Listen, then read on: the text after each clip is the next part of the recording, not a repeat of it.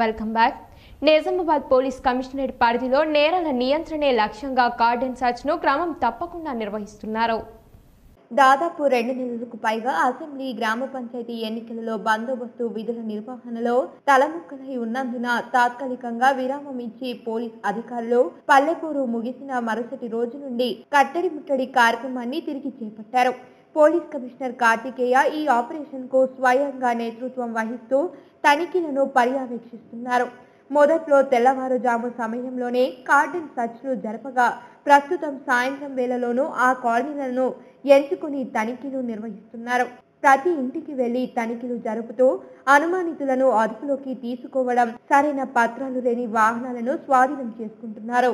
తాజాగా గురువారం సాయంత్రం జిల్లా కేంద్రంలోని 4వ టౌన్ పోలీస్ స్టేషన్ పరిధిలో గల వినాయక్ నగర్, గోసంగి కాలనీలలో కార్డన్ సర్చ్లు చేపట్టారు.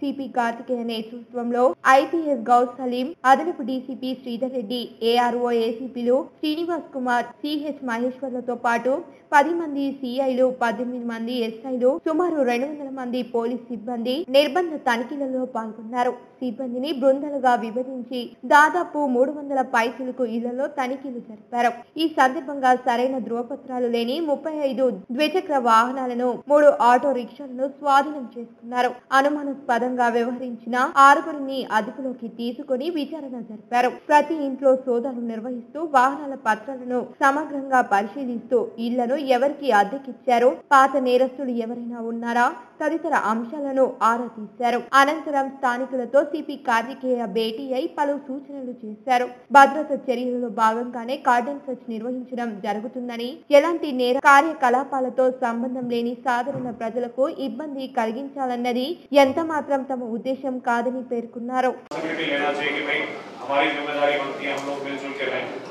जैसा कि हमारे एसपी साहब ने बोला, यूथ की बात है, यंगस्टर जो है नए लड़के हैं, कई शौक रहते हैं, जैसे घूमने फिरने का, मोटरसाइकिल चलाने का, दोस्तों के साथ घूमने का शौक रहता है.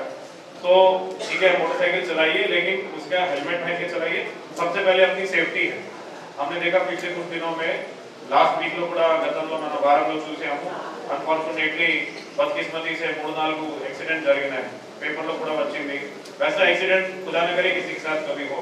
అలాంటి మనకి కొద్దిగా మనం ट्रैफिक सेफ्टी रूल फॉलो చేస్తే చాలా వరకు అలాంటి ప్రమాదం మనం అవాయిడ్ చేయవచ్చు.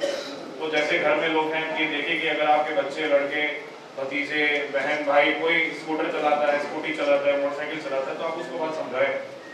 दूसरी बात, आजकल ये मोबाइल हर कोई यूज करता है.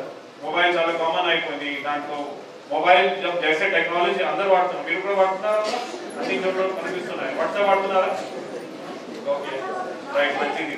మొబైల్ లో కూడా మనకి టెక్నాలజీ వస్తే, టెక్నాలజీ కూడా కొన్ని సమస్యలు వస్తాయి. ఏదైనా కొత్తగా వస్తే దానికి మంచి కూడా ఉంటుంది, కొన్ని చెడ్డ కూడా వస్తుంది. कुछ अच्छा और बुरा दोनों आते हैं.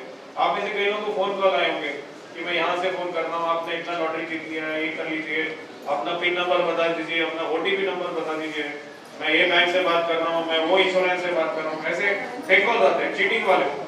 అలాంటి ఒక మోసం చేయడానికి కాల్స్ కూడా వస్తాయి. तो जो क्रिमिनल है, నేరం చేసే వాళ్ళు, वो इसके थ्रू भी लोगों को क्राइम कर रहे हैं आजकल. कई लोग होते हैं, फोन आते हैं, अपना ओटीपी नंबर बताओ, मैं बैंक से बोल रहा हूँ, आपका पिन नंबर बताओ. उस तरह की चीजों से आपको जो है बड़ा ही केयरफुल रहना है. అలాంటి ఏదైనా ఫోన్ కాల్ వస్తే దయచేసి మీరు నమ్మకం పెట్టకండి వాళ్ళ మీద. అలాంటి ఓన్లీ క్రిమినల్ మాత్రమే చేస్తారు. బ్యాంక్ వాళ్ళు మీకు ఎప్పుడు ఫోన్ చేసి మీ ఓటీపీ నంబర్ కానీ మీ అకౌంట్ నంబర్ కానీ ఎప్పుడు అడగరు. अब जैसे जो अपने यूथ है, जो अपने जवान लड़के हैं वगैरह, उनको ये चीज मालूम रहेगी. लेकिन जो घर में आपके बड़े लोग हैं, बड़े लोग ये हैं कि मोबाइल में फोन करना तो आता है, लेकिन बाकी चीजें नहीं आती. ఉంటారు కదా అట్లా. నిరంతర న్యూస్ అప్డేట్ కోసం ఛానల్ ని సబ్స్క్రైబ్ చేయడం మర్చిపోకండి. పక్కనే ఉన్న బెల్ సింబల్ ని క్లిక్ చేయండి. అప్డేట్స్ ను మిస్ అవ్వకండి.